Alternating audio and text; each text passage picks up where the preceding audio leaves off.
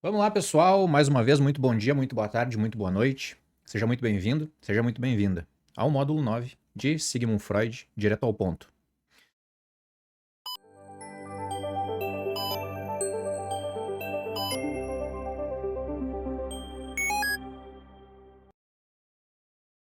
Vamos começando novamente, transicionando a nossa tela. E hoje nós falaremos sobre a teoria do instinto e as pulsões. Não é? Então, a gente chega a um dos terrenos mais profundos e ao mesmo tempo mais instigantes da teoria freudiana, a teoria do instinto e das pulsões. Se nos módulos anteriores a gente falou muito sobre como nos relacionamos e como os padrões emocionais se repetem, agora a gente vai explorar o que é que está por trás das repetições e vínculos. Quais são as forças que movem o ser humano de uma forma consciente e principalmente inconsciente. Freud não era de acreditar em explicações superficiais. Ele queria ir além da observação dos comportamentos, queria entender essa energia que está por debaixo dos panos, como um motor invisível, mas que define o rumo das nossas ações. E é aí que vem a ideia de que a nossa vida psíquica é movida por pulsões. Pulsões não são apenas desejos e também não são apenas instintos no sentido puramente biológico. Elas são forças internas de natureza psíquica que têm origem em necessidades corporais e emocionais, mas que se expressam de forma simbólica e muito complexa. Elas não se contentam com um meio termo, elas buscam a descarga, a satisfação, a resolução daquilo. E aqui está a primeira virada de chave. Freud identificou que não existe apenas uma pulsão que nos empurra para o prazer, para a vida e para a construção. Existe também uma outra força que é igualmente poderosa, que nos leva para o oposto. A destruição, a repetição de experiências dolorosas e até a busca inconsciente pelo fim da tensão, que ele associou à morte. Essas duas grandes forças receberam os nomes de Eros, para a pulsão de vida, e Thanatos ou Thanatos, para as pulsões de morte. Na mitologia grega, Eros é o deus do amor, do desejo e da paixão. Thanatos, ou Thanatos, é a personificação da morte, o filho da noite e da escuridão. Mas não pense que são como dois personagens separados, sendo um bonzinho e o outro malvado. Eles convivem dentro de cada um de nós, muitas vezes misturados no mesmo gesto, na mesma escolha e até no mesmo sentimento. Durante esse módulo, a gente vai explorar cada uma dessas forças separadamente, mas também vamos entender como elas se integram, como se tensionam e como esse embate interno influencia nas nossas relações, nos nossos sintomas e até mesmo na nossa cultura. Eros, ou a pulsão de vida, é a energia que busca preservar, unir, criar, construir laços, manter a vida em movimento. Ela se expressa pela libido, que Freud entendia não apenas como uma energia sexual, mas como uma energia vital, que busca prazer e coesão. É graças a Eros que nos apaixonamos, que nós formamos comunidades, que criamos arte, inventamos soluções, trabalhamos juntos para construir algo maior do que nós mesmos. Já Thanatos, ou as pulsões de morte, se trata da força que busca a descarga total da tensão, a volta ao inorgânico, como ele dizia, a anulação da excitação. Ela se manifesta na agressividade, no ódio, na autodestruição, nas repetições que nos machucam. E aqui vem uma provocação. Essa força não é o mal no sentido moral. Ela faz parte da vida psíquica e pode até ter funções importantes, como colocar limites ou encerrar processos que já não nos servem mais. Olha que importante. Pense em quantas vezes você viu alguém, ou até você mesmo, repetindo situações que sabia que ia doer, entrando no mesmo tipo de relação, aceitando o mesmo tipo de desvalorização e caindo no mesmo tipo de armadilha. Freud diria que isso pode ser a expressão de Thanatos agindo de forma silenciosa, fora do alcance da nossa consciência. O mais interessante é que Eros e Thanatos não se alternam de uma forma ordenada. Eles podem estar presentes ao mesmo tempo, no mesmo ato. Uma declaração de amor pode vir carregada de desejo de posse. Um ato de agressão pode conter uma tentativa de aproximação. E essa mistura é que torna a psique humana tão complexa. Nesse módulo, a gente vai caminhar por diferentes blocos. a gente vai entender a fundo as pulsões de vida, as suas raízes biológicas e psíquicas e o seu papel na construção do eu e da civilização. Depois, a gente vai encarar as pulsões de morte, como elas se manifestam, o que elas revelam sobre a nossa natureza. Vamos ainda explorar como essas duas forças interagem e criam conflitos internos, gerando ambivalências nos vínculos. Vamos analisar a repetição compulsiva como uma expressão da pulsão de morte. Vamos entender como a sublimação pode transformar essa energia e qual o papel da agressividade saudável e da patológica. E claro, vamos falar da aplicação clínica, das críticas, revisões, relevância e o impacto dessas ideias na clínica atual. Então, senta aí, pega o seu café, pega o seu chá, o que você quiser, porque esse módulo é como abrir o motor da mente e ver as engrenagens rodando, uma puxando para frente, outra para trás. E no meio disso tudo, estamos nós. Então, bora lá e vamos começar. Quando Freud falou sobre Eros, ele não estava apenas descrevendo o amor romântico ou a atração sexual. Ele estava falando de uma força psíquica que é fundamental, que impulsiona a vida em todas as suas formas, desde o cuidado com o recém-nascido até a criação de uma obra de arte, desde a cooperação numa equipe até a construção de culturas inteiras. Eros é o impulso à conservação da vida, a ligação com o outro. É a energia que nos move a buscar união, a criar laços, a proteger e a nos proteger. Tem aí também uma base biológica. Afinal, sem ligação e reprodução, a espécie não sobrevive. Mas também tem uma dimensão profundamente psíquica e simbólica aí.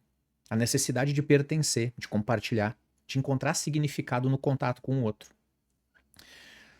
Vamos pensar num paciente deprimido que, quando inicia a terapia, começa a cuidar de uma planta no seu apartamento. Pode parecer algo pequeno, mas é um sinal de que a energia libidinal, no sentido freudiano, está se reorganizando. Aquela plantinha pode ser o início de um movimento de reconstrução de vínculos, de reconexão com a vida. Freud entendia a libido como a energia de Eros, mas aqui é importante lembrar: libido não é só energia sexual, é toda a forma de energia vital que busca prazer, coesão, continuidade. Ela percorre o nosso corpo, nossas relações, nossas produções simbólicas. É como se fosse o combustível que mantém a vida psíquica em movimento. Eros atua também na construção do eu. É através da relação com o outro, especialmente nas primeiras experiências de cuidado, que o sujeito começa a se construir como alguém. Esse processo é mediado por essa força que nos puxa para fora de nós mesmos, nos levando a interagir, a desejar, a trocar. O bebê que chora e é atendido pela mãe, o adolescente que encontra um grupo no qual ele se identifica, o adulto que constrói um projeto junto com outras pessoas, tudo isso é Eros em ação. Sem essa energia, a vida se fragmenta, se isola. Freud também enxergava Eros como responsável pela construção da cultura e das formas de civilização. Ele está presente nas instituições, nas normas sociais, nos valores que regulam a convivência e evitam que a sociedade caia no caos. Sem Eros, não haveria cooperação, não haveria organização coletiva, apenas aqueles impulsos individuais agindo de forma totalmente desordenada. Pensa numa comunidade que sofre um desastre natural. A gente vê Eros quando as pessoas se unem para reconstruir casas, dividir alimentos, se apoiar emocionalmente entre si. Mesmo diante de uma tragédia, a pulsão de vida cria pontes e reestrutura o sentido do pertencimento. Eros não é apenas a construção bonita. Ele também envolve desejo, paixão, vontade de transformar. Às vezes essa força se manifesta como uma inquietação criativa, uma vontade de fazer diferente. É o que move os artistas, os cientistas, os educadores, os líderes e qualquer pessoa que sonha com algo novo. A complexidade de Eros não é que ele não age sozinho e puro. Muitas vezes ele está misturado com outras forças, inclusive com Thanatos. Um gesto de cuidado que pode carregar também um desejo de controle. Uma criação artística que pode vir carregada de angústia. Essa mistura não invalida Eros, muito pelo contrário. Mostra como esse mecanismo da construção da psique é complexo. Na clínica, reconhecer Eros no paciente é fundamental para potencializar a sua capacidade de reconstruir. Isso pode aparecer em pequenos sinais. Alguém que volta a ter interesse por música, que retoma um contato antigo, que se abre para aprender algo novo. O papel do analista é acolher e fortalecer esses movimentos, mesmo que eles sejam frágeis no início. A gente pode pensar que Eros é o que dá sentido e continuidade à vida, tanto no nível individual quanto no coletivo. É ele que sustenta o desejo de se manter vivo, de construir, de deixar algo para o mundo que vá além da própria existência. Na civilização, Eros é o que constrói pontes, e não apenas no sentido literal. Ele é a base das artes, das ciências, das leis, dos pactos sociais. Até mesmo os conflitos são mediados por Eros, na tentativa de manter a vida em grupo possível. Agora imagine se só existisse Eros. Pode parecer bom, talvez não tanto.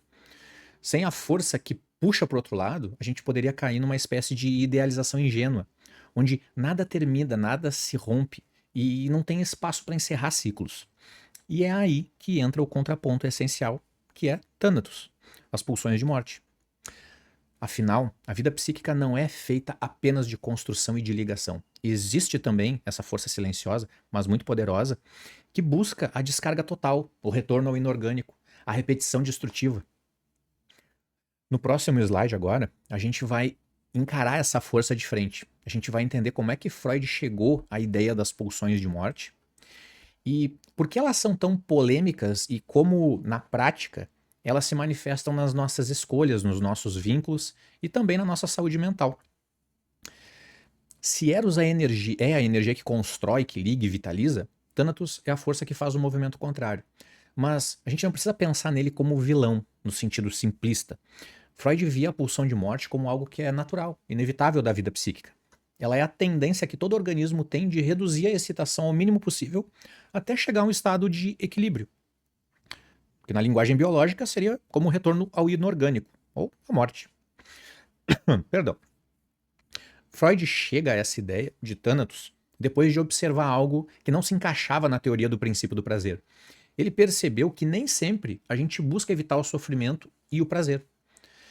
Após a Primeira Guerra Mundial, por exemplo, ele escutou muitos relatos de soldados traumatizados que sonhavam repetidamente com as mesmas cenas de horror. Isso não parecia ter qualquer ganho consciente, nem prazer, muito pelo contrário. E foi aí que ele sugeriu que existe algo além do princípio do prazer, uma força que leva à repetição e, em última instância, à autodestruição. A pulsão de morte não é barulhenta, ela age silenciosamente, se infiltrando em repetições e padrões destrutivos. Ela pode se manifestar de uma forma aberta, como ódio, agressividade ou violência, ou de uma maneira interna voltada contra si mesmo, como autossabotagem, uma melancolia, comportamentos autodestrutivos. No nível externo, a gente vê Thanatos quando uma pessoa age com agressividade extrema, com o desejo de aniquilar ou de prejudicar o outro. No nível interno, a gente vê quando alguém se abandona emocionalmente, deixa de se cuidar ou se envolve repetidamente em situações que sabe que vão gerar dor. Vamos lá. Imagina um paciente que toda vez que está prestes a conseguir algo que ele deseja muito, como uma promoção, um relacionamento estável, ele se comporta de forma que compromete o próprio objetivo. Quando a gente investiga, percebe que não é falta de sorte, é a pulsão de morte atuando de uma forma inconsciente, reproduzindo padrões familiares de fracasso ou de punição. Na melancolia, por exemplo, o investimento libidinal, a energia que normalmente se dirige ao mundo, às outras pessoas e a projetos, é retirado e dirigindo contra o próprio eu. A pessoa se esvazia, sente um peso interno que pode chegar a desejar, conscientemente ou não, desaparecer. Esse é um exemplo extremo de Thanatos voltado para dentro. Na clínica, reconhecer a presença dessa força é fundamental para entender certas resistências no tratamento. Às vezes o paciente até diz que quer mudar, mas repete comportamentos que o prendem naquele mesmo sofrimento. Isso não é uma contradição consciente, é a expressão de um conflito pulsional, que é profundo. Uma das marcas mais fortes de Thanatos é a compulsão a essa repetição. O ato de reviver, de forma literal ou simbólica, experiências dolorosas sem um aparente benefício. Essa repetição muitas vezes é a tentativa inconsciente de elaborar algo que não foi simbolizado, mas na prática acaba reforçando o trauma e o sofrimento.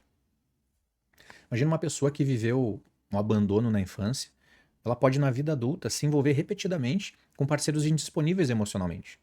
Ela não faz isso de forma inconsciente, ela não faz porque gosta de sofrer, mas é como se estivesse presa a um roteiro interno que precisa ser revisto para que a história possa mudar.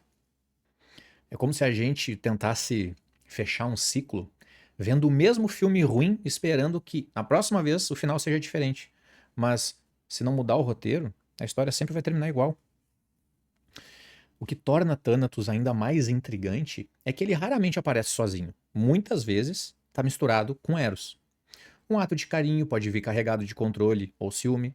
Um gesto de agressão pode conter um pedido desesperado por conexão. Na prática clínica, é comum ver essa mistura. Pacientes que buscam a terapia motivados por Eros, né, o desejo de viver melhor, mas que no caminho, comportamentos influenciados que aparecem são influenciados por Thanatos. Então, Thanatos não é só sobre morte, no sentido literal. É sobre forças de desligamento, de redução de tensão, de anulação da ligação com o outro. Ele é parte da vida psíquica e, quando é reconhecido, pode ser compreendido e até transformado. Agora que a gente entendeu separadamente o que é Eros e o que é Thanatos, vem uma pergunta que é inevitável. Como é que essas duas forças convivem dentro de nós? Será que uma anula a outra? Será que elas vivem em guerra constante? Ou será que de alguma forma elas se entrelaçam no mesmo movimento? Próximo slide agora, a gente vai ver essa interação, essa dança permanente entre a construção e a destruição, e como ela se manifesta na vida, nos vínculos, na clínica. É nesse encontro que as contradições humanas ficam mais claras e mais interessantes. Se a gente olhar para Eros e para Thanatos como duas forças separadas, pode até parecer que a gente está falando de lados opostos, que nunca se tocam, mas a verdade é que eles raramente agem sozinhos. Na vida real, as pulsões estão quase sempre misturadas e se influenciando, muitas vezes aparecendo juntas no mesmo gesto. Freud propôs ver a psique como um campo de tensão permanente, onde as forças de construção e as de destruição coexistem, dialogam. Não é uma guerra de mocinho e vilão. Tá mais para uma negociação, um jogo de equilíbrio. Você pode ajudar um amigo com um problema, isso é Eros, mas sentir lá no fundo com uma pontinha de inveja por ele ter conquistado algo que você ainda não conseguiu. Isso é Thanatos. Ou pode criticar alguém de forma dura, Thanatos, mas com a intenção de fazê-lo crescer, de proteger. E isso é Eros. Essa mistura é o que a gente chama de ambivalência, a presença de sentimentos opostos em relação à mesma pessoa. A mesma situação, né? Até a si mesmo, às vezes. Na clínica, é impossível falar de vínculos humanos sem falar de ambivalência. A gente é ambivalente o tempo todo nas nossas relações. Na infância, a gente vê isso de forma mais clara. A criança ama o cuidador, mas sente uma raiva intensa às vezes quando as suas vontades não são satisfeitas. Esse amor e esse ódio não se anulam, eles coexistem. Na vida adulta, a história vai se repetir. O parceiro amoroso, que é fonte de prazer, também pode ser alvo de frustração. E isso não significa uma patologia. Significa que a gente é humano, vivendo nessa tensão entre Eros e Thanatos. É como você ver o seu parceiro dormindo ali e pensar, nossa, que paz, sabe? E ao mesmo tempo, será que precisa roncar tão alto? É tipo isso. Na clínica, essa interação aparece em sintomas que carregam ao mesmo tempo uma tentativa de proteger e uma tendência de ferir. Um paciente pode se manter em um emprego que sufoca, Thanatos, mas justificar dizendo que é para sustentar a família, Eros. Ou pode terminar um relacionamento doloroso, Thanatos, como uma forma de preservar sua saúde emocional, Eros. Vê como isso é muito do cotidiano, isso nos acompanha o tempo todo. O interessante é que muitas vezes um movimento pulsional se disfarça de outro. Um ato destrutivo pode vir com uma roupagem de cuidado. Um gesto de amor pode esconder uma vontade de controlar ou de punir. Essa sobreposição exige que, na escuta analítica, a gente vá além do óbvio. A nível cultural, tudo isso também se entrelaça. A arte, muitas vezes, nasce de dores. A destruição interna é transformada em expressão criativa. Guerras, por outro lado, podem gerar avanços tecnológicos e uma reorganização social necessária. A destruição abre espaço para novas formas de viver. Imagina um paciente que transforma a experiência do luto em um livro ou em um projeto social.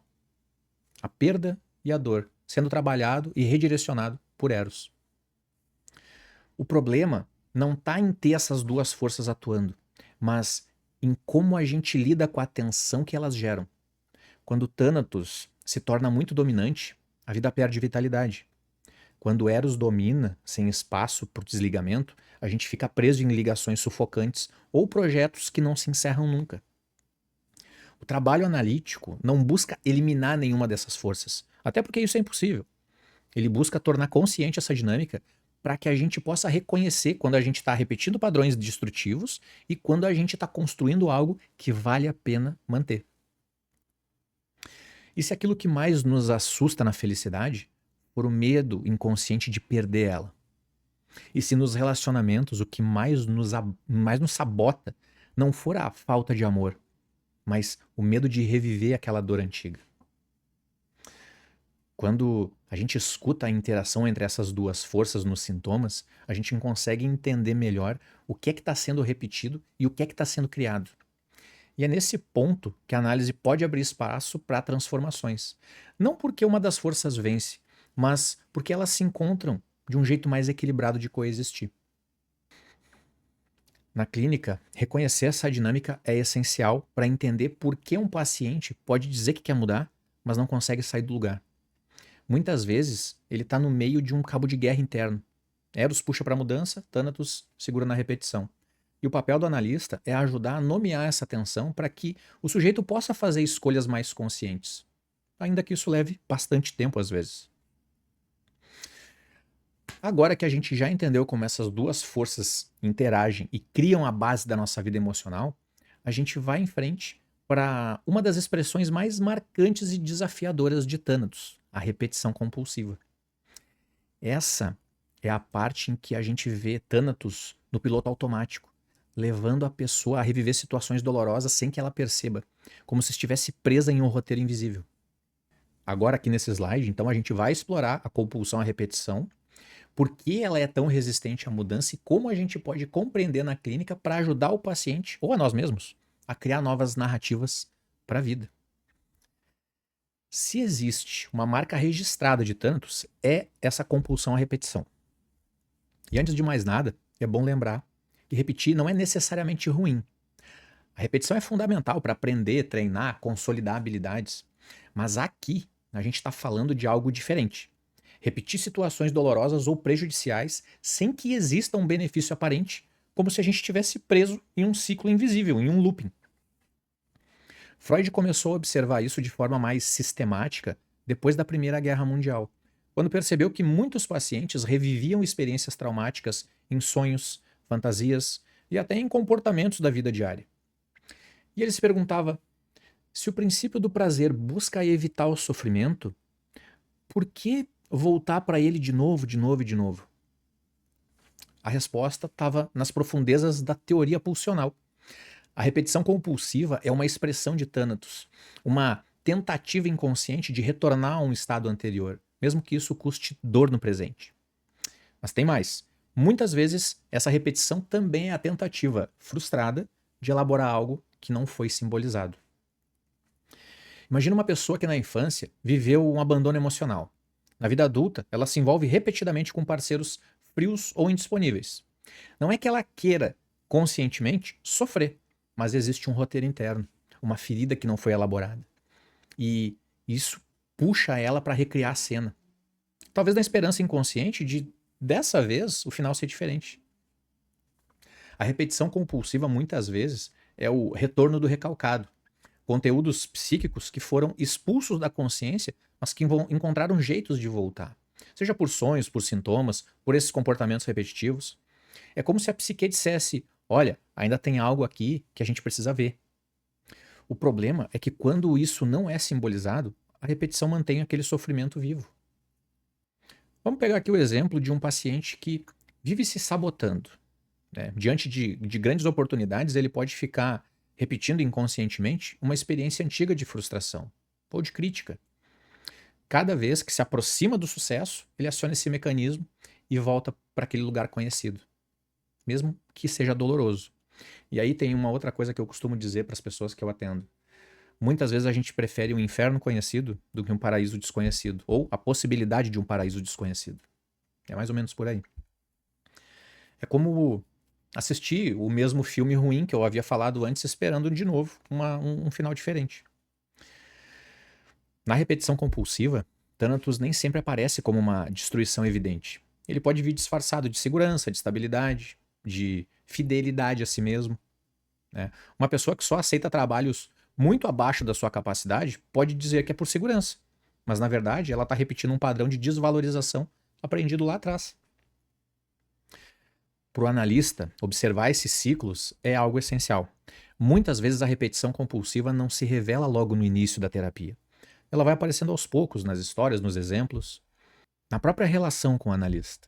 Um paciente que sempre chega atrasado às sessões pode estar repetindo ali no setting um padrão de afastamento ou de boicote que existe em outras áreas da vida dele. Nesses casos, a repetição deixa de ser apenas um comportamento e passa a ser uma oportunidade de compreensão e elaboração. Será que, no fundo, a repetição compulsiva é uma forma de tentar corrigir a história? Ou será que é só a Thanatos se divertindo em manter tudo como está, com o mesmo enredo? Acho que depende de cada pessoa. Por mais paradoxal que isso pareça, repetir pode ser uma tentativa de controlar o trauma. Quando a gente coloca isso novamente em cena, a pessoa pode sentir que dessa vez vai ter o controle, que vai poder mudar algo. O problema é que, se essa tentativa não é consciente e elaborada, o desfecho tem uma grande tendência de permanecer o mesmo, e a frustração só aumenta. Na psicanálise, transformar uma repetição compulsiva significa trazer o roteiro inconsciente para a consciência. É identificar que o padrão existe, entender de onde ele vem e abrir espaço para novas respostas, para novas interpretações, pelo menos. Isso leva tempo.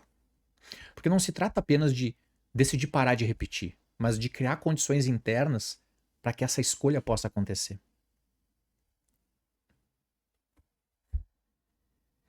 A compulsão à repetição é uma das manifestações mais claras da pulsão de morte, mas também é um dos pontos mais férteis para o trabalho analítico.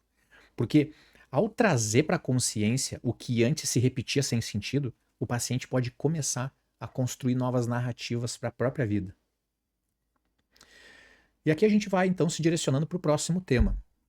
Se Thanatos pode nos prender em ciclos dolorosos, Eros pode oferecer caminhos de transformação.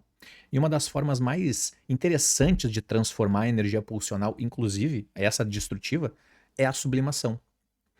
Então aqui no próximo slide, a gente vai entender como a sublimação redireciona essas forças para criações, projetos, experiências que não apenas aliviam essa tensão interna, mas também contribuem para a cultura, para a arte, para o crescimento pessoal. Então, se até aqui a gente fala e falou muito sobre essa repetição, a gente falou repetidamente sobre essa repetição, né? Essa destrutividade e de como o Thanatos pode nos aprisionar, agora a gente vai mudar um pouco a paisagem. A gente vai falar de um processo que Freud considerava um dos mais criativos e, de certa forma, civilizatórios da vida psíquica, que é a sublimação. E o que é essa sublimação? A gente já falou disso em outros momentos, mas vamos lá de novo. De forma simples, é o redirecionamento da energia pulsional, e aqui a gente está falando tanto de energia sexual quanto agressiva, para fins socialmente aceitos e muitas vezes valorizados. Não é reprimir, não é empurrar para debaixo do tapete, é transformar, tá? Pensa assim, ó, em vez de canalizar a agressividade para brigas, a pessoa pode redirecionar essa energia para o esporte competitivo. Ou transformar a intensidade do desejo sexual em produção artística, pesquisa científica, engajamento social. E olha que interessante, a sublimação não elimina a pulsão, a energia continua lá, mas ela encontra uma forma de expressão que traz satisfação e ao mesmo tempo é construtiva para o indivíduo e ou para o grupo. Freud descrevia a sublimação como um processo inconsciente. Não é que a pessoa acorde de manhã e pense, hoje eu vou sublimar a minha pulsão de morte fazendo escultura, cozinhando. O que acontece é que em algum ponto da história desse sujeito, aquela energia começa a encontrar saídas criativas. E isso pode ser favorecido pela análise, pelo autoconhecimento, pela experiência de vida. Através disso, a gente pode transformar essas situações. Pensa num paciente que viveu muita raiva e hostilidade na adolescência e encontra na idade adulta um espaço para canalizar isso através da escrita. Os seus textos têm intensidade, têm crítica, têm profundidade e, ao mesmo tempo, não ferem diretamente ninguém. É a pulsão agressiva encontrando uma forma simbólica e socialmente reconhecida de se expressar. É como, mais ou menos, trocar um textão furioso nas redes sociais por um livro best-seller. A energia é a mesma, só que muda o destino. Freud via na arte, na ciência e até na espiritualidade campos muito férteis para a sublimação. A criação artística, por exemplo, muitas vezes nasce de experiências dolorosas ou de desejos impossíveis de serem realizados diretamente. A pesquisa científica também pode ser movida por curiosidade intensa, inquietação ou até uma necessidade de controlar o imprevisível. E a espiritualidade, por sua vez, pode canalizar impulsos agressivos e eróticos para rituais, para orações, danças e práticas coletivas. Repare que, em todos esses casos, a energia pulsional não é apagada, ela se reorganiza e é elevada a um patamar que contribui para algo maior. Na clínica, estimular a sublimação não significa dizer ao paciente que ele deveria fazer com a sua energia. Significa ajudar a identificar quais são os canais possíveis para que aquela força interna, respeitando a singularidade de cada um, possa ter vazão. Para algumas pessoas, isso pode ser a música, para outras, o trabalho comunitário, para outras, o estudo de um tema específico, um projeto que ela queira tocar. Pensa num paciente que, após anos de conflitos familiares, encontra na culinária uma forma de cuidar dos outros sem se sentir invadido ou ameaçado. A cozinha vira um espaço de criação, de afeto, de autonomia. E, aos poucos, a energia, antes gasta em discussões, encontra um novo fluxo material que contribui para o ambiente daquela pessoa. A sublimação é especialmente importante no manejo da agressividade. Enquanto a repressão tende a fazer a agressividade vazar de uma forma sintomática, a sublimação oferece uma via de descarga legítima, que não destrói vínculos. Esportes, trabalhos manuais, debates intelectuais, atividades criativas podem funcionar como canais para essa transformação. A sexualidade também pode ser sublimada. Freud não via isso como perda ou desvio, mas como uma das possibilidades de circulação da libido. Quando a energia sexual é transformada em produção simbólica, ela mantém a sua vitalidade, mas assume outras formas, desde a paixão por uma causa até o investimento em projetos criativos. A sublimação contribui para o crescimento do ego porque fortalece a sensação de competência, de autonomia, de propósito. E ao transformar impulsos que poderiam gerar conflito ou culpa em algo socialmente valorizado, o sujeito amplia a sua autoestima e o seu reconhecimento social, a sua percepção de reconhecimento social. Será que parte das grandes obras da humanidade, livros, invenções, movimentos culturais, não nasceu justamente dessa capacidade de transformar o que é bruto e impulsivo em algo simbólico compartilhável? A gente pode dizer que a sublimação é como um tradutor interno que pega a linguagem crua das pulsões e transforma em poesia, em ciência, em cuidado, inovação. Ela não nega a intensidade da energia psíquica, ela canaliza isso de forma criativa. E bom, já que a gente está falando dessa importância da sublimação na agressividade, vale aprofundar um pouco mais esse tema, porque a agressão na psicanálise não é vista apenas como algo negativo. Ela pode ser saudável e necessária, mas também pode se tornar patológica se não encontrar vias adequadas de expressão. Quando a gente fala de agressividade, é comum que a gente pense logo em brigas, em violência, em explosões emocionais. Mas na psicanálise, o conceito ele é mais amplo, mas ele é também mais sutil. A agressividade pode ser entendida como uma expressão parcial da pulsão de morte, mas ela não é necessariamente destrutiva ou ruim em si mesma. Na verdade, ela pode ter funções muito importantes para a constituição da psique da pessoa. Desde muito cedo, a agressividade faz parte do nosso desenvolvimento.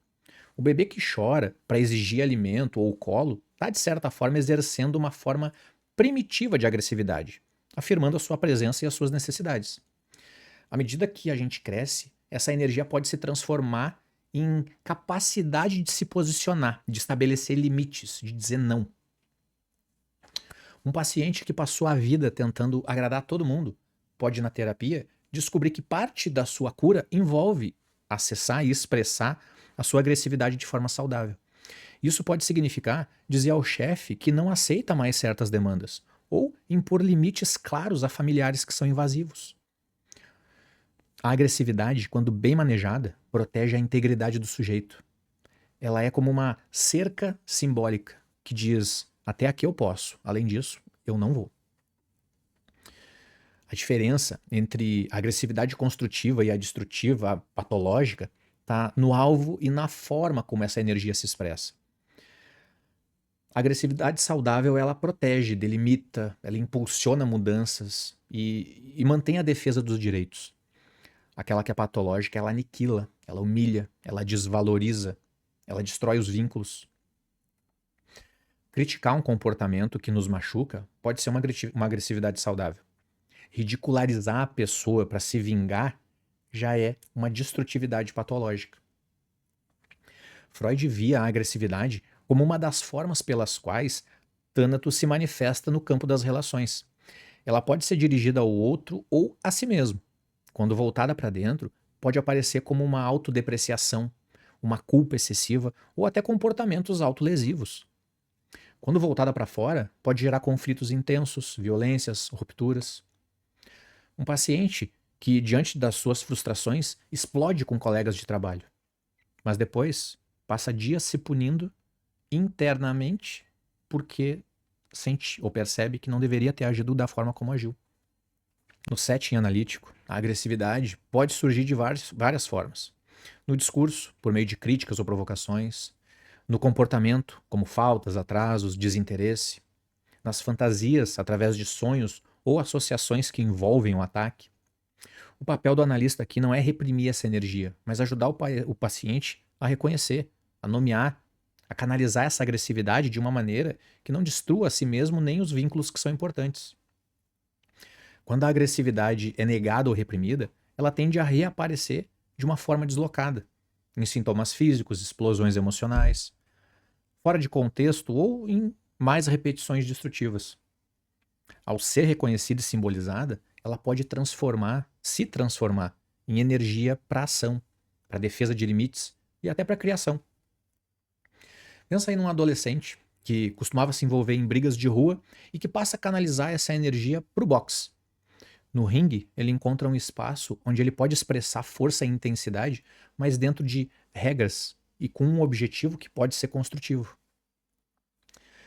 Será que parte da violência que a gente vê hoje não é justamente falta de espaços legítimos para que essa agressividade fosse expressa de uma forma segura?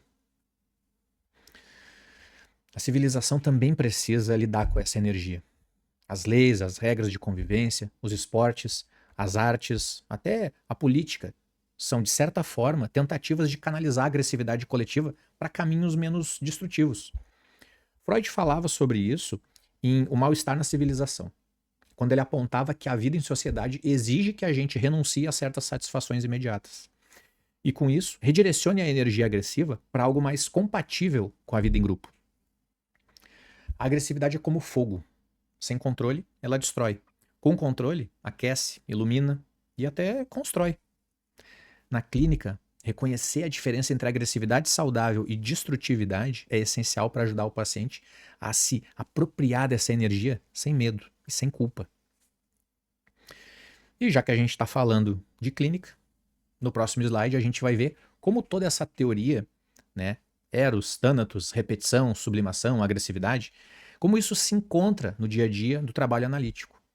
A gente vai falar sobre a aplicação clínica, observando como essas forças aparecem na transferência, nos sintomas e na possibilidade de transformação do paciente.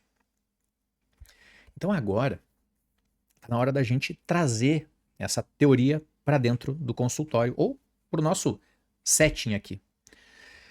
Porque por mais fascinante que possa ser discutir esses temas, né? O que realmente importa para o trabalho clínico é como essas forças se mostram no paciente e como a gente pode manejar elas em favor dessa transformação que a gente quer. Na psicanálise, os sintomas não são vistos apenas como problemas a serem eliminados, mas como expressões de conflitos pulsionais. Um sintoma é como uma mensagem cifrada na qual Eros e Thanatos podem estar atuando juntos e o trabalho analítico é decifrar essa mensagem. Um paciente com crises recorrentes de ansiedade pode, ao mesmo tempo, estar tentando se proteger e se punir por desejos inconscientes. Ao ouvir a história, o analista busca entender como essas forças estão entrelaçadas naquele sofrimento em específico. O objetivo não é tirar o sintoma de qualquer forma, mas ajudar o paciente a compreender a sua função dentro da psique. Quando ele entende o que é que está por trás, o sintoma pode perder força ou ser substituído por formas mais saudáveis de lidar com essa tensão interna. Outro ponto essencial na aplicação clínica é a leitura da repetição. Muitas vezes o paciente chega dizendo: não sei porque eu sempre escolho o mesmo tipo de pessoa, ou eu sempre acabo me sabotando. Aqui o analista não responde com um conselho prático. Ele busca entender qual é o desejo inconsciente que sustenta esse padrão. Pensa numa mulher que se envolve repetidamente com parceiros ausentes. Ela pode estar inconscientemente tentando consertar uma história de abandono infantil. O problema é que, sem elaborar essa história, ela apenas repete a dor. Não tem como sair desse looping infinito sem trazer isso para a consciência. A transferência é um campo privilegiado para observar essas pulsões em ação. O paciente pode, por exemplo, se aproximar do analista de uma forma idealizada, mas depois começar a criticar ou a boicotar ele. Isso não significa que não gosta do analista. Significa que ele está encenando naquele vínculo um conflito interno que talvez se repita em outras relações. Em pacientes graves, a pulsão de morte pode se manifestar de uma forma mais intensa, na autossabotagem, comportamentos de risco, né, a desistência dos próprios objetivos. E nesses casos, o manejo exige que o analista seja capaz de sustentar a escuta sem entrar nesse jogo destrutivo. E, ao mesmo tempo, oferecer condições para que Eros possa se fortalecer. Por exemplo, um paciente com histórico de tentativas de suicídio pode começar a falar frequentemente. Por exemplo, um paciente com histórico de tentativas de suicídio pode começar a faltar frequentemente às sessões em momentos de maior angústia. O desafio do analista é reconhecer que esse afastamento não é apenas falta de interesse, mas uma defesa ligada à pulsão de morte. Nomear isso, quando o paciente está pronto para ouvir, pode abrir espaço para novos significados. Parte do trabalho clínico é ajudar o paciente a encontrar canais de sublimação. Isso pode envolver resgatar interesses antigos, explorar atividades criativas ou criar novos espaços de expressão. A ideia não é dar tarefas, mas oferecer suporte para que o paciente descubra caminhos próprios para redirecionar sua energia pulsional. Um homem que carrega muita raiva acumulada após um divórcio encontra no voluntariado, em um abrigo de animais, por exemplo, uma forma de expressar cuidado e de reconstruir vínculos.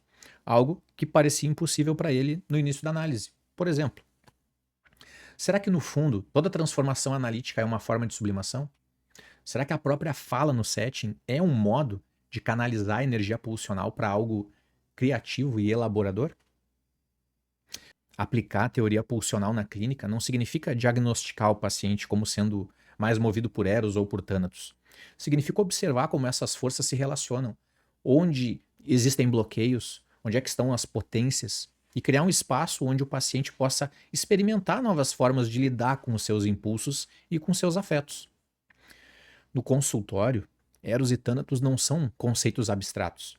Eles estão na forma como o paciente chega e se coloca na sessão. Eles estão nos sonhos, nas repetições, nos silêncios. Eles estão nas resistências dos afetos intensos, nas idealizações e nas frustrações. O trabalho analítico é, no fundo, um laboratório onde essas forças podem ser observadas, compreendidas e transformadas, sempre respeitando o tempo e o ritmo de cada sujeito.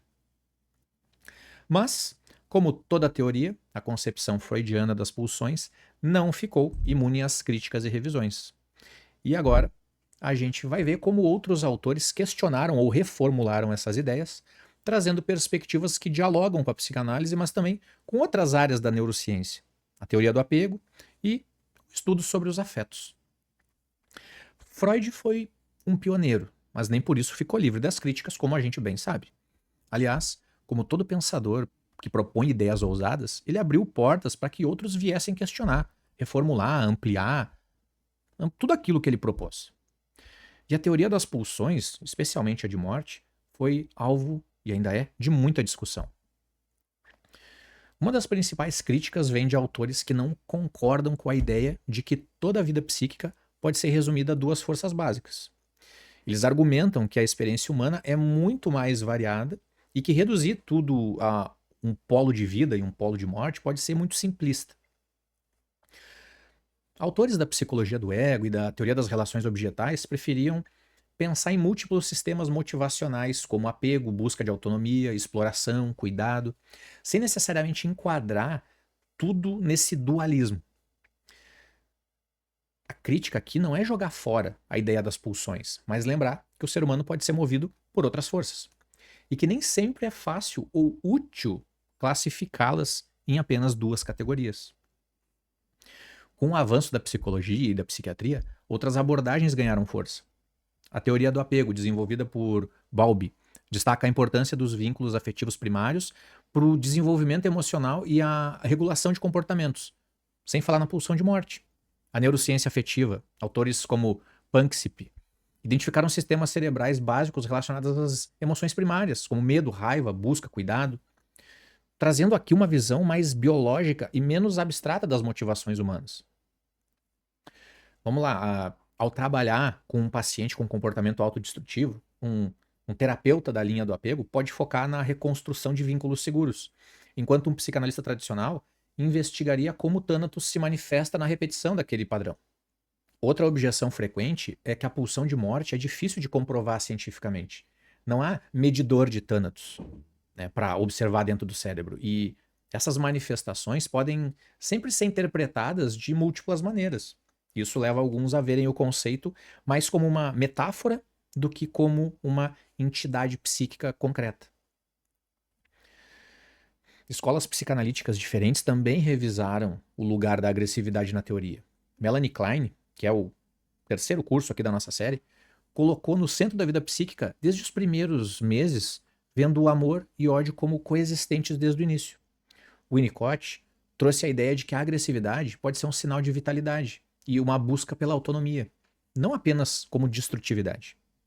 Autores contemporâneos tendem a integrar a agressividade às capacidades de autoafirmação e diferenciação do sujeito. Mesmo com críticas, a teoria das pulsões segue viva porque oferece uma lente potente também para pensar o sofrimento humano. As revisões não apagam Freud, de novo. Elas atualizam, adaptando as ideias a novos contextos e a diálogos com outras áreas. Talvez a questão não seja escolher entre Freud e as novas abordagens, mas entender que cada teoria é uma ferramenta. E, como em qualquer ofício, quanto mais ferramentas bem compreendidas, mais recursos a gente tem para lidar com os desafios da clínica. E mesmo com críticas, algumas ideias seguem resistentes ao tempo. O reconhecimento de que temos forças internas contraditórias, a importância de olhar para o inconsciente como uma parte ativa da nossa vida psíquica, a percepção de que o sofrimento não é apenas um acidente no percurso, mas ele pode ser estruturante e repetitivo. O debate sobre as pulsões mostra que a psicanálise é viva. Ela não é um dogma fechado. Ela cresce, se transforma, se reinventa. E nesse processo mantém diálogo com outros campos, desde a biologia até a sociologia. E já que a gente está falando de manter a psicanálise viva e dialogando, agora no próximo slide a gente vai falar sobre a relevância dessas ideias. Será que no mundo acelerado, digital, hiperconectado como a gente vive, ainda faz sentido falar em Eros e Thanatos, em pulsão de vida e de morte? Vamos ver como essa teoria nos ajuda a pensar sobre a violência, os vícios, as compulsões, até sobre os limites do prazer na vida moderna. Então, quando Freud apresentou essa teoria, o mundo era outro. Ainda lidava com as cicatrizes da Primeira Guerra Mundial. com as transformações da industrialização e com as tensões morais do início do século XX. Mas será que mais de 100 anos depois ainda faz sentido falar nessas duas forças? E a resposta é sim, e talvez hoje ainda mais. A gente vive em um mundo acelerado, né? Como eu disse, hiperconectado, cheio de estímulos e também de novas formas de adoecimento. A violência urbana, os vícios digitais, as compulsões de consumo, as relações líquidas, como diz Bauman, tudo isso pode ser lido, em parte, à luz do conflito entre as pulsões. Pensa na busca incessante por likes, por validação nas redes sociais. Isso pode ser visto como o Eros em ação, o desejo de se conectar, de ser reconhecido, de fazer parte.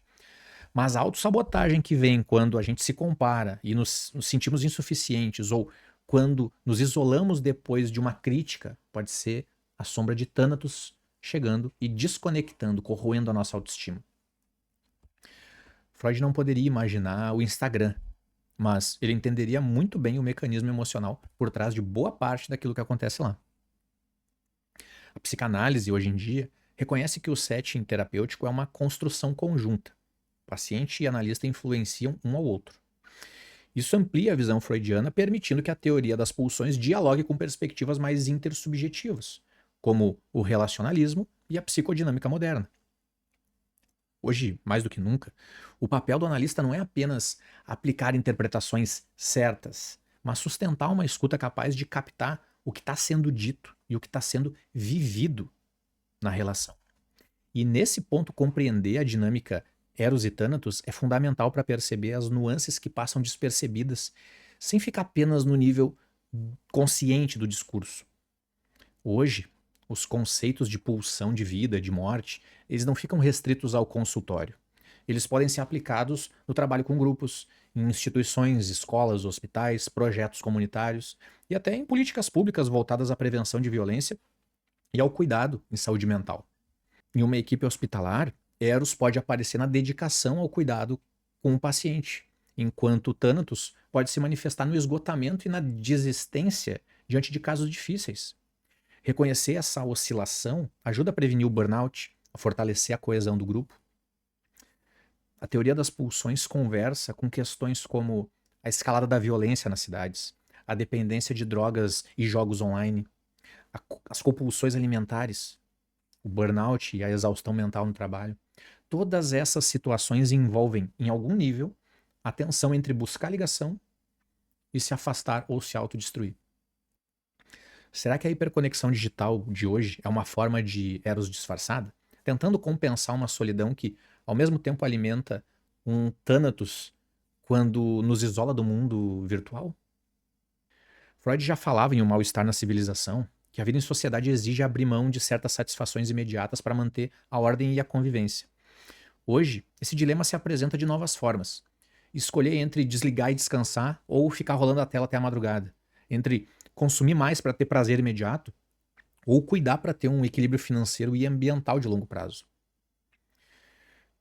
Em meio de tantas mudanças, a psicanálise continua relevante porque não oferece respostas rápidas ou receitas prontas. Ela oferece um espaço para pensar, para sentir, para compreender o que nos move e aquilo que nos paralisa também. E isso vale tanto para o sofrimento individual quanto para as questões coletivas. Quando a gente trabalha com jovens em situação de vulnerabilidade, entender a presença de Thanatos na forma de violência auto-infligida ou na exposição a riscos pode ajudar a criar intervenções mais eficazes que fortaleçam Eros por meio de vínculos, de oportunidades e de reconhecimento. Então, a teoria das pulsões segue útil não porque descreve exatamente como funciona a mente, eu quero dizer, mas porque nos lembra que a gente é complexo, movidos por forças contraditórias, e que essas forças estão atuando tanto no nível pessoal quanto no social. E para fechar, vale olhar para o impacto dessas ideias, o impacto que elas tiveram e ainda têm na psicanálise e na clínica contemporânea. Porque mesmo com críticas e revisões, o legado de Freud segue inspirando novas formas de pensar, de escutar e de intervir. E mesmo com todas essas críticas e revisões, né, esse legado das pulsões permanece de forma sólida e viva na clínica hoje em dia. O impacto dessas ideias não se restringe a um capítulo de livro ou a uma época específica. Ele se espalha pelo modo como a gente escuta, interpreta e intervém no sofrimento humano até hoje. Entender que existem essas forças inconscientes, muitas vezes contraditórias, atuando nos bastidores da mente, muda completamente a maneira de ouvir um paciente. Em vez de perguntar apenas o que aconteceu, o analista pergunta também: que forças estão atuando aqui? O que é que está se repetindo? Que desejo, que medo, que ligação invisível mantém tudo isso vivo? Pensa num paciente que relata que sempre se decepciona com novos trabalhos. Um olhar superficial poderia concluir que apenas não teve sorte, mas a escuta analítica pode revelar que inconscientemente ele busca reproduzir dinâmicas de desvalorização vividas com figuras parentais, ao mesmo tempo que ele deseja reconhecimento e pertencimento. Perceber essa coexistência muda a intervenção. Em vez de só motivar o paciente a procurar outro emprego, o analista ajuda a reconhecer o padrão e abrir possibilidade para que a escolha futura não repita essa ferida antiga. A teoria das pulsões também ilumina o porquê tantas mudanças desejadas não acontecem. Saber que existe uma força interna, a pulsão de morte, que pode se opor ao movimento vital, nos ajuda a não culpar o paciente pela dificuldade de transformação, mas a compreender essa resistência como parte do processo. Um paciente que começa a melhorar na terapia e de repente falta várias sessões, em vez de interpretar como um desinteresse, o analista considera que a melhora possa ter despertado ansiedade, medo de perda ou até de se afastar de padrões conhecidos. Essas ideias também inspiram outras escolas psicanalíticas. Inspiram elas a ampliar o olhar sobre o sofrimento humano. A escola kleiniana explorou a coexistência de amor e ódio desde o início da vida. A psicanálise relacional trouxe ênfase para o campo intersubjetivo, vendo como Eros e Thanatos se expressam na própria relação analítica. Compreender a presença dessas forças internas também sustenta a postura clínica mais ética e cuidadosa. O analista não empurra mudanças que o paciente ainda não pode sustentar. Ele respeita o tempo de elaboração. Reconhece que cada sujeito tem o seu próprio ritmo para integrar novas formas de viver e de se relacionar. Será que parte do impacto da teoria das pulsões não está justamente em nos lembrar que a mudança profunda não acontece só com força de vontade? Que é preciso negociar com essas partes de nós que resistem e que não é simplesmente silenciar elas? O impacto das ideias freudianas também atravessa a cultura. Como a gente já falou, no cinema, na literatura, na arte, o conflito entre vida e morte aparece como tema central em várias obras. Obras como Morte em Veneza, Thomas Mann, ou filmes como O Cisne Negro, retratam de forma simbólica essa tensão pulsional. Na política e na sociedade, o diálogo sobre violência, guerras, destruição ambiental, a busca pela harmonia também pode ser iluminado por essa lente das pulsões. O mais importante é perceber que, mesmo com adaptações e críticas, essa teoria continua nos oferecendo uma estrutura para entender a complexidade dos afetos humanos, um mapa para interpretar sintomas e repetições, e um convite para olhar para as contradições sem tentar eliminar elas a qualquer custo. Ela nos lembra que, para além da superfície, sempre existe uma dança entre forças que constroem e forças que destroem. E que compreender essa dança é parte essencial de qualquer trabalho profundo com o sofrimento humano.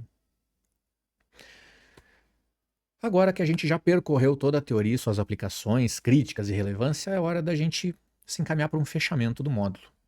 Então aqui no próximo slide, a gente já está se encaminhando para finalizar, pessoal. E já finalizamos, na verdade. Né? A gente chegou ao fim desse mergulho na teoria das pulsões. Falamos de Eros como a força que constrói, que liga, que dá sentido. Falamos de Thanatos, a sombra que desmonta, que repete e que às vezes leva a lugares de dor, mesmo quando a gente não quer, né? Mesmo quando a gente não quer. E a gente viu como essas forças não vivem em lados opostos, né? Elas não estão em um ringue. Elas dançam juntas, elas se misturam, se desafiam e nos constituem assim como seres humanos. E o que fica de essencial? Que não existe vida psíquica sem conflito, que o sofrimento não é apenas algo a ser eliminado, mas também um sinal de algo que pede elaboração. Que na clínica, compreender a dinâmica pulsional ajuda a ler os sintomas, as repetições, as resistências e as possibilidades de transformação. E que, apesar de toda a força de Thanatos, sempre há espaço para Eros, para o laço da criação, para a reconstrução. Se você pensar bem, cada processo terapêutico é, de certo modo, um campo onde Eros e Thanatos se encontram. E é no encontro, e não na eliminação de um dos lados, que a mudança acontece. Mesmo com críticas e revisões, a teoria das pulsões segue sendo um convite para olhar as contradições sem medo, a reconhecer que amor e ódio, a construção e a destruição, convivem dentro de nós e das nossas relações. E que entender essa tensão não nos enfraquece, muito pelo contrário, nos dá mais recursos para viver e trabalhar com a complexidade humana. Então é isso, pessoal. A gente vai ficando por aqui. Eu espero que você tenha aproveitado. Se precisar, revise esse material de novo, assiste quantas vezes precisar. E nos vemos no módulo 10, no último módulo desse curso sobre Sigmund Freud, direto ao ponto.